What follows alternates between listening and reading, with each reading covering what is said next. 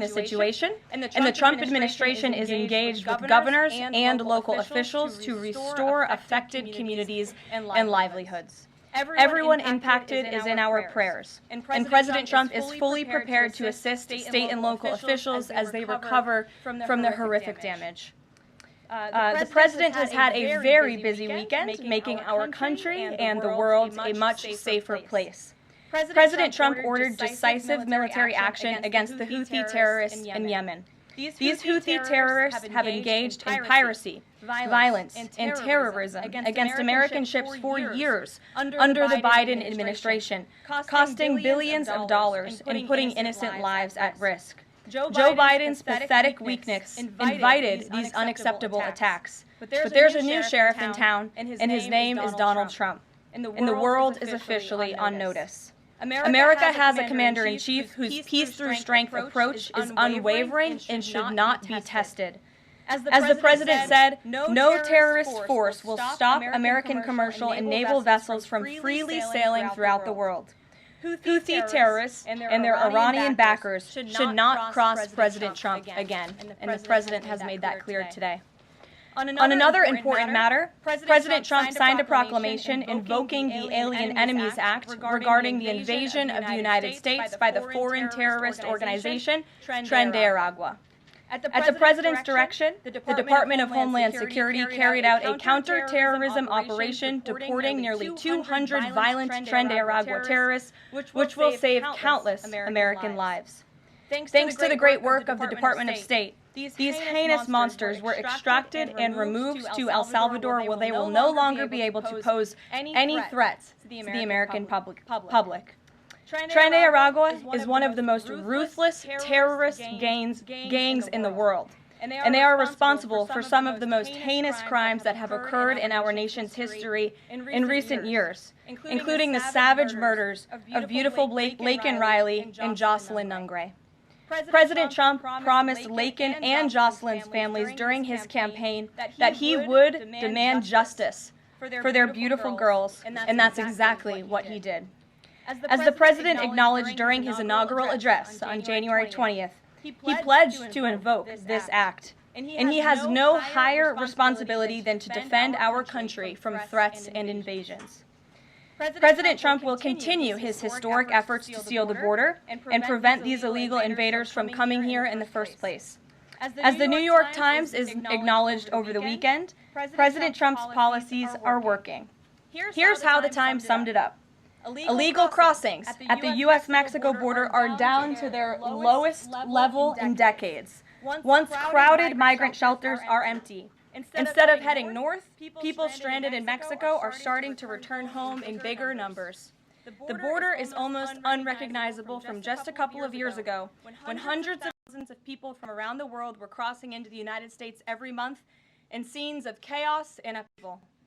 This is the Trump effect in action. And again, those are the words from the New York Times. We didn't need a border security bill. We just needed President Trump. All of these actions taken together are contributing to a wave of optimism about the direction of our great country. According to brand new polling from NBC News, more registered voters say the United States is heading in the right direction than at any point since early 2004. Americans support President Trump's common sense approach that's getting our country back on track in record time. Meanwhile, the president's critics can't say the same. That same new NBC poll also found that the Democrat Party has reached an all-time low in popularity. It turns out when you let your hatred of President Trump get in the way of doing what is best for America, the people reject you. Who would have thought? Joining us today in our new media seat is Kelly Meyer. She is a White House correspondent with News Nation. News Nation started in 2021 and is one of America's fastest growing cable news networks with a focus on news for all of America.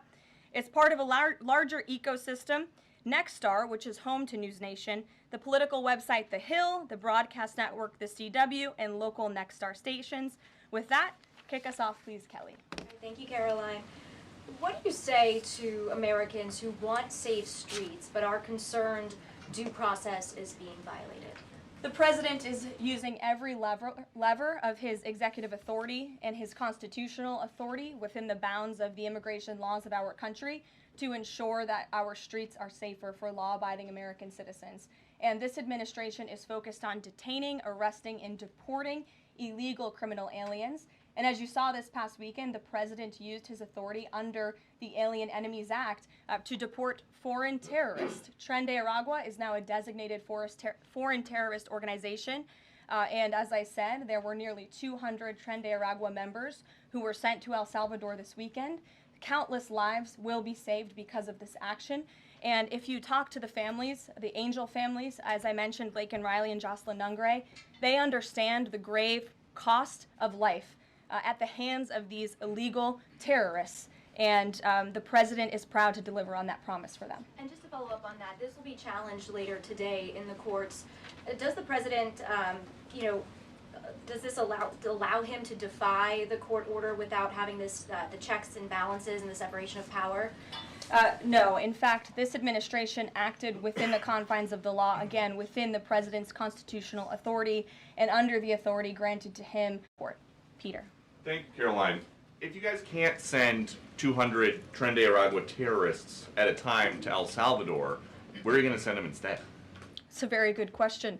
You'd have to ask the courts and the people on the left who are trying to fight this administration for doing the business that this president sought out to do, which is to deport these foreign terrorists. And we're very grateful to President Bukele and to El Salvador for accepting these heinous monsters where they will face justice. And if these guys are terrorists at war with the United States, is President Trump considering anything more lethal to address them than just sticking them on a plane somewhere else? Well, it sounded like you had a little bit of curiosity in the premise of your question, so I want to address it. These are designated foreign terrorists. The president signed a proclamation on February 20th, 2025, designating TDA as a foreign terrorist organization that was in consultation with the Attorney General and the Secretary of Treasury. That was pursuant to 8 U.S. Code 1189. The president has the right to do that, and I think nobody would argue that Tren de Aragua should be designated a foreign terrorist organization. If you want to have that argument, I'm happy to do it. These are heinous monsters, rapists, murderers, kidnappers, sexual assaulters, predators who have no right to be in this country, and they must be held accountable. And something different. There is now a member of the European Parliament from France who does not think the U.S. represents the values of the Statue of Liberty anymore. They want the Statue of Liberty back. So is President Trump going to send the Statue of Liberty back to France? Absolutely not. And my advice to that unnamed low-level French politician would be to remind them that it's only because of the United States of America that the French are not speaking German right now. So they should be very grateful to our great country. Kelly.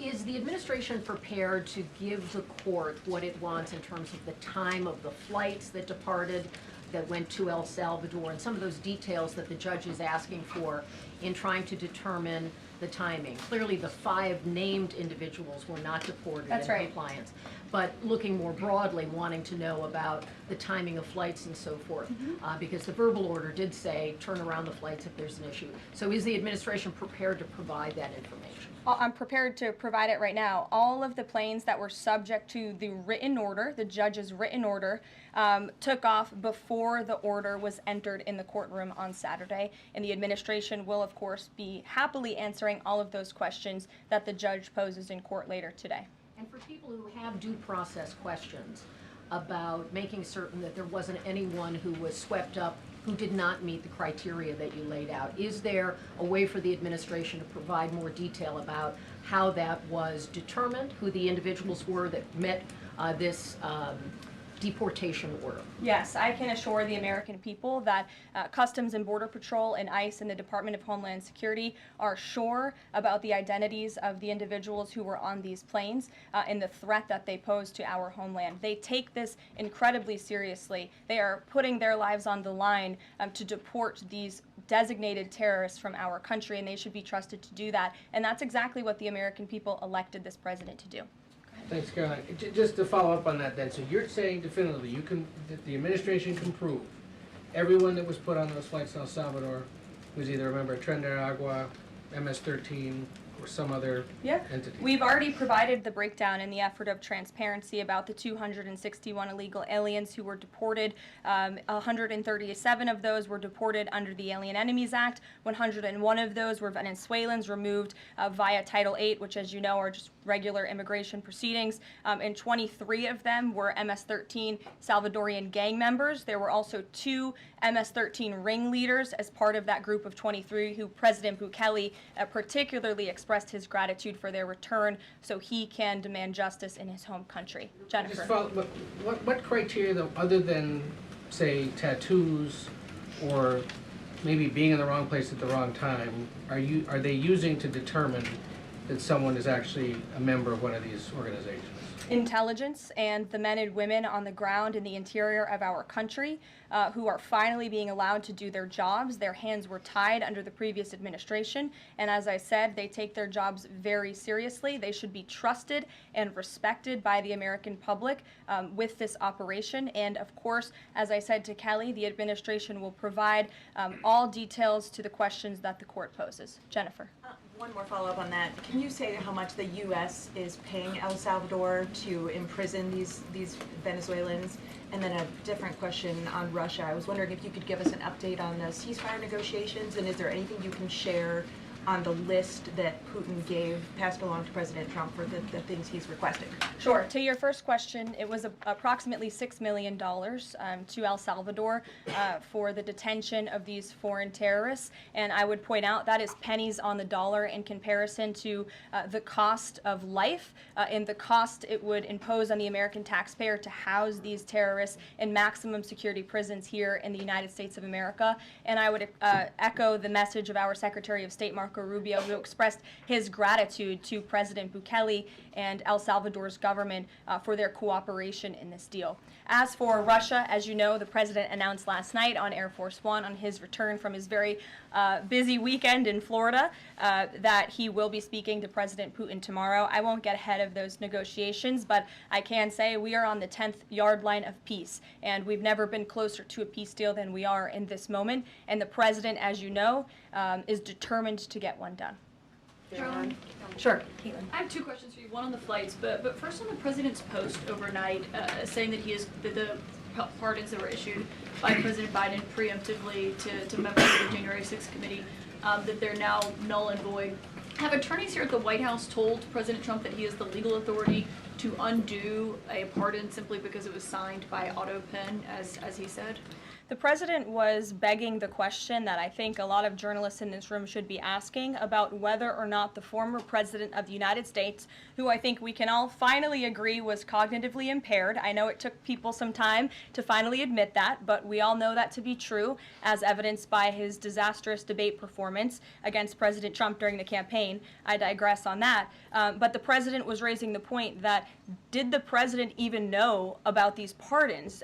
Was his legal signature used without his consent or knowledge? And that's not just the president or me raising those questions, Caitlin. According to the New York Post, there are Biden officials from the previous White House who raised those questions and wondered if the president was even consulted about his legally binding signature being signed onto documents. And so I think it's a question that everybody in this room should be looking into, because certainly that would propose perhaps criminal or illegal behavior if staff members were signing the President of the United States autograph without his consent. Biden is on the record talking about issuing preemptive pardons to these people. But was he aware of his signature being used on every single pardon? That's a question you should ask the Biden Is White there any House. evidence on that he wasn't aware of it? You're a reporter. You should find out. Okay, Sean. on the flights, so I have a question on the timeline of the flights. You keep talking about the judge's written order, which hit the docket Saturday night at about 7:26 p.m., but he issued a verbal order before that at about 6:45 and 6:48 p.m. based on the court hearing, a verbal order from the bench. Does the White House feel the need to comply with a verbal order from this judge? Again, as I said, all of the planes subject to the written order of this judge departed U.S. soil, U.S. territory before the judge's written order. But what about the verbal order, which of course carries the same legal weight as a written order, and said for the planes to turn around if they were Well, in the air? there's actually questions about whether a verbal order carries the same weight as a legal order, as a written order, and our lawyers are determined to ask and answer those questions in court. Sean. Hey, so on Friday, the president suggested at length that it should be illegal to criticize judges, but he has repeatedly criticized judges who rule against him, and Elon Musk is calling for impeachment of judges who have opposed the administration. So how are those two things not in conflict? I have not heard the president talk about impeaching judges. I know you mentioned Mr. Musk's tweet, but I have not heard the president of the United States ask that. Mary. Hey, thanks, Caroline. I wanted to ask about this video I saw this morning set to the tune of, I believe, Closing Time, about deportations of illegal migrants. What's the strategy behind the White House's videos they've been putting out on this, and can you kind of talk us through the thinking on these videos? Sure. I think the White House and our entire government clearly is leaning into the message of this president. And we are unafraid to double down and to take responsibility and ownership of the serious decisions that are being made. The president was elected with an overwhelming mandate to launch the largest mass deportation campaign in American history, and that's exactly what he is doing. And to this very day, we are now, I think, 56 or 7 days into the administration by my count.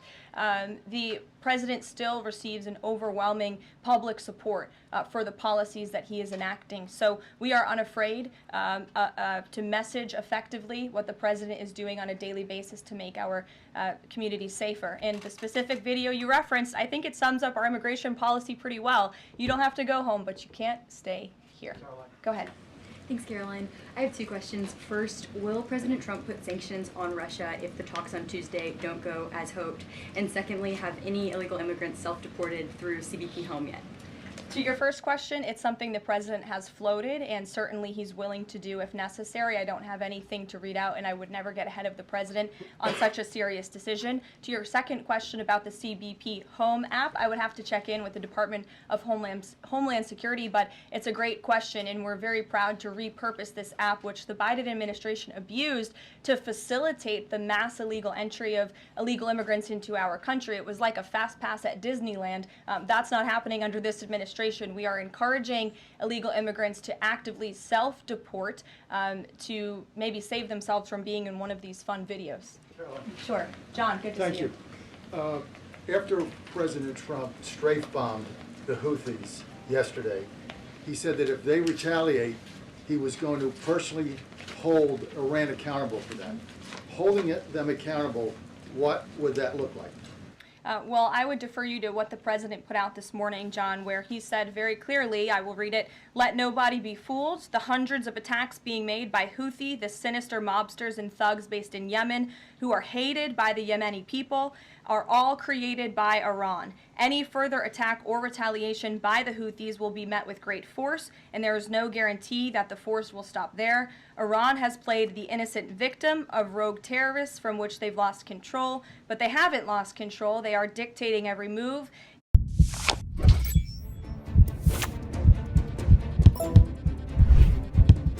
Intelligence.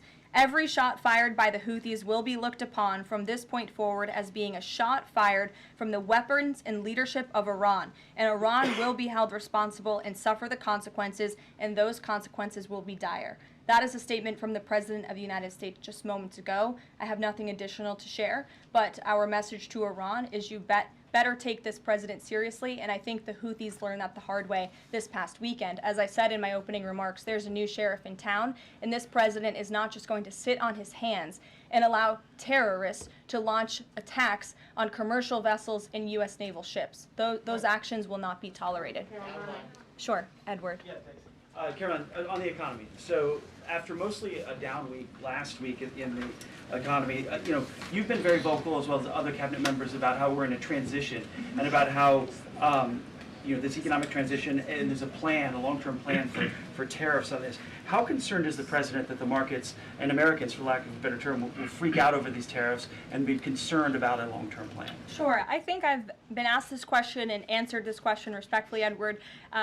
We are in a period of transition. The president has made that clear. He also has made his belief in tariffs and what they will do for our great country clear, restoring wealth back to our country. And if you look at the president's first-term economic formula, massive deregulation, tax cuts, lowering the cost of living with an energy boom, which the American people can expect soon. Wall Street and Main Street should both be assured by what President Trump did in his first term. It's the exact same formula. In fact, I would argue it's even better this time around. And if you look at some of the economic indicators in the last week, the latest CPI report last week beat expectations. Inflation is cooling. Core inflation dropped for the first time in 4 months. The national average of the price of gas is down 42 cents from 1 year ago. And there was also a new report out this morning about wholesale egg prices. They continue to fall. A dozen eggs are now $3.10 cheaper since January 24th. First, that's a 47% decrease overall. So I think the American people do have great reason to be optimistic about this economy. And as I've said repeatedly, it continues to be true. The administration has a whole of government effort to fix the economic mess created by Biden. So the president's pointed to that April 2nd tariff deadline, so to speak.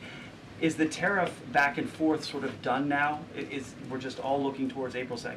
Well, I think the president would tell you that all options are always on the table, and he's always ready to respond if he feels the United States is being unfairly treated by our allies and also our competitors around the world. But yes, the April 2nd day is a big day for the country, as the president has said. Reciprocal tariffs will go into effect. We'll have more details on that as the date nears, but our entire trade team, Secretary Lutnick, Secretary Bessent, the vice president has been quite involved in these talks and discussions as well about what that will look like. And the president, as you always do, you will hear from him directly on it. Deborah Saunders, how are you? Fine. How are you doing, Caroline? Good, thanks. Former pardon attorney Elizabeth Boyer believes she was fired for refusing to sign off on a move to restore gun rights to actor Mel Gibson. DOJ's Todd Blanche says no. But I want to know, is the administration dedicated to restoring gun rights to felons who served their times? I ask this because I've talked to people who were pardoned. They felt that was important. Of course, this isn't necessarily for a pardon. What is the president's thinking on this issue? After you've served your sentence, should you have gun rights? It's an important question. It is one I have not spoken to the president about on his views, but I will take it to him this afternoon. I will tell him you asked, and we will get you an answer. You're welcome. Jonathan. Thanks a lot, Carolina. A question for you regarding the administration complying with judges' orders. I want to ask about an administration spokesperson who's the border czar, Tom Homan. He was on Fox News. We love Tom Homan. And he was talking about the deportations, and he said the following. He said, "We're not stopping. I don't care what the judges think," which seems to me, just reading that, that you don't care what orders come from the federal bench. Is that the case? Can you clarify that, please? Well, I think since you just quoted Tom, I'll quote Tom. He said, "I don't care what the judges think, but I can assure you that the administration is complying with the court order." And as I've said repeatedly from this podium, all of the flights that were subject to the judge's written order departed before the written order, and we are prepared to make that case in court later this afternoon. And then if I could, on Russia, the president, as you pointed out, Caroline, made some remarks on Air Force One coming back from Florida, and he seemed to indicate that the conversation tomorrow concerns essentially dividing up assets, dividing up territory associated with the war in Ukraine. Has President Zelensky given President Trump that authority? Is that what is going to take place tomorrow? Well, as you know, the president and his entire national security team have been engaged directly with President Zelensky and the Ukrainian team, and that has been part of the discussion between the president's team and the Ukrainians. As for where those lines will be drawn or any specifics, I am not going to get into that from this podium. It would be unwise for me to get ahead of the president's call with President Putin tomorrow. But again, I can assure you, in the effort of transparency, as this president always does, you will hear from him or one of us directly after that phone call tomorrow. Reagan. Thank you, Caroline. There's a lot of focus on the judicial branch right now. The president has a line would look like for those judicial appointments, and does the president have a list of potential nominees that he's vetting? I do not have an update on a timeline, nor do I have a list, but I can certainly have our team gather that for you and provide it. You're welcome. Sure. Go ahead. Sure. Thank you, Caroline. So the president is visiting the Kennedy Center this afternoon to attend a board meeting. A question about what happened a few weeks ago. The Kennedy Center got bomb threats targeting a performance by Shingyun Performing Arts, which is an American company showcasing China before communism. This company has been targeted, unfortunately, by the CCP for years. I'm wondering if this administration has a response to this, and also as the president is putting an emphasis on arts and culture, what's the administration's message to potentially foreign state actors who are trying to disrupt that in the U.S.? Don't disrupt it.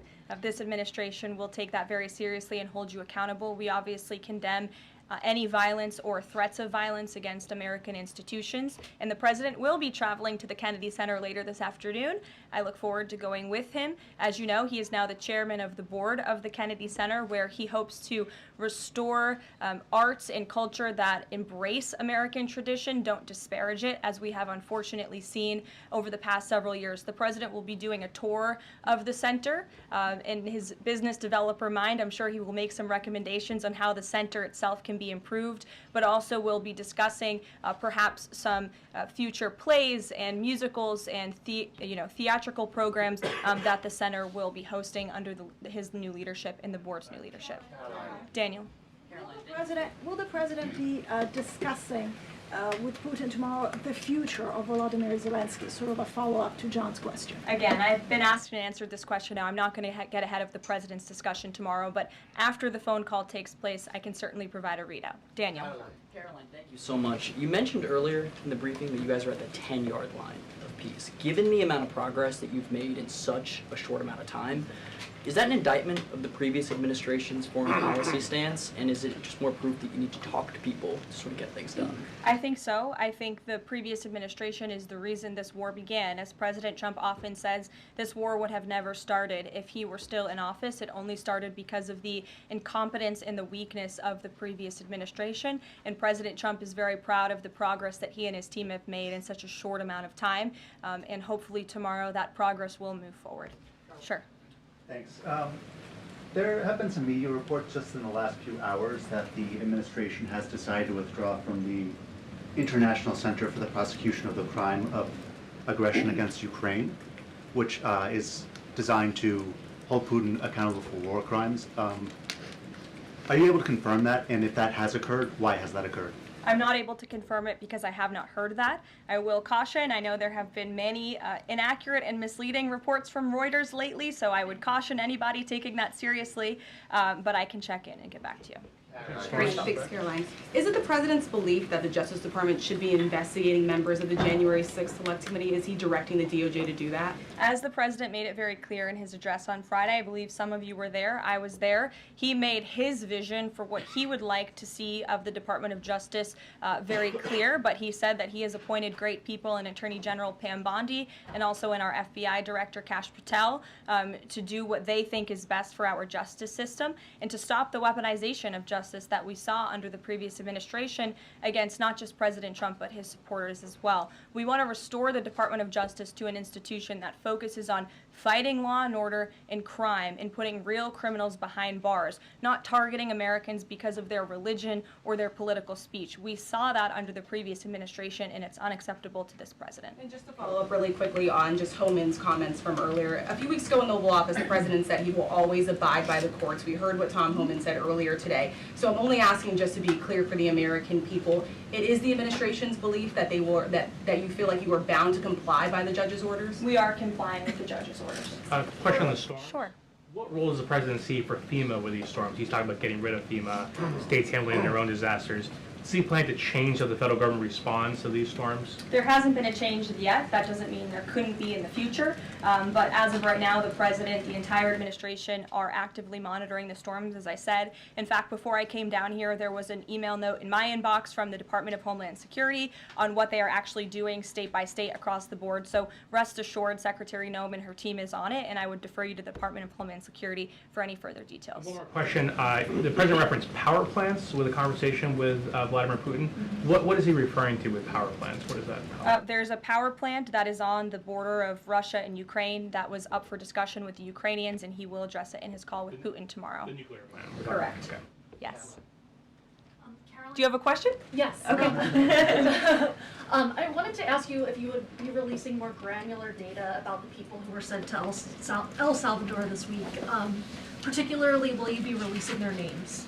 I don't believe so because of the privacy concerns at this point in time. That doesn't mean we won't eventually. I would defer you to the Department of Homeland Security for more details on the individuals on the flights, but we have been incredibly transparent in giving you the breakdown of the numbers and also some of the crimes committed by these heinous criminals and individuals: kidnapping, sexual abuse of a child, robbery, aggravated assault on a police officer. I would remind everybody in this room that Tren de Aragua is a foreign invade our country. These are monsters who tortured, raped, and murdered a 12-year-old Jocelyn Nungre. They murdered 22-year-old nursing student Laken Riley. They led a multi-state sex trafficking operation involving smuggling women into the United States, holding them in stash houses in Louisiana, Florida, New Jersey, Texas, and Virginia, and forcing them into prostitution.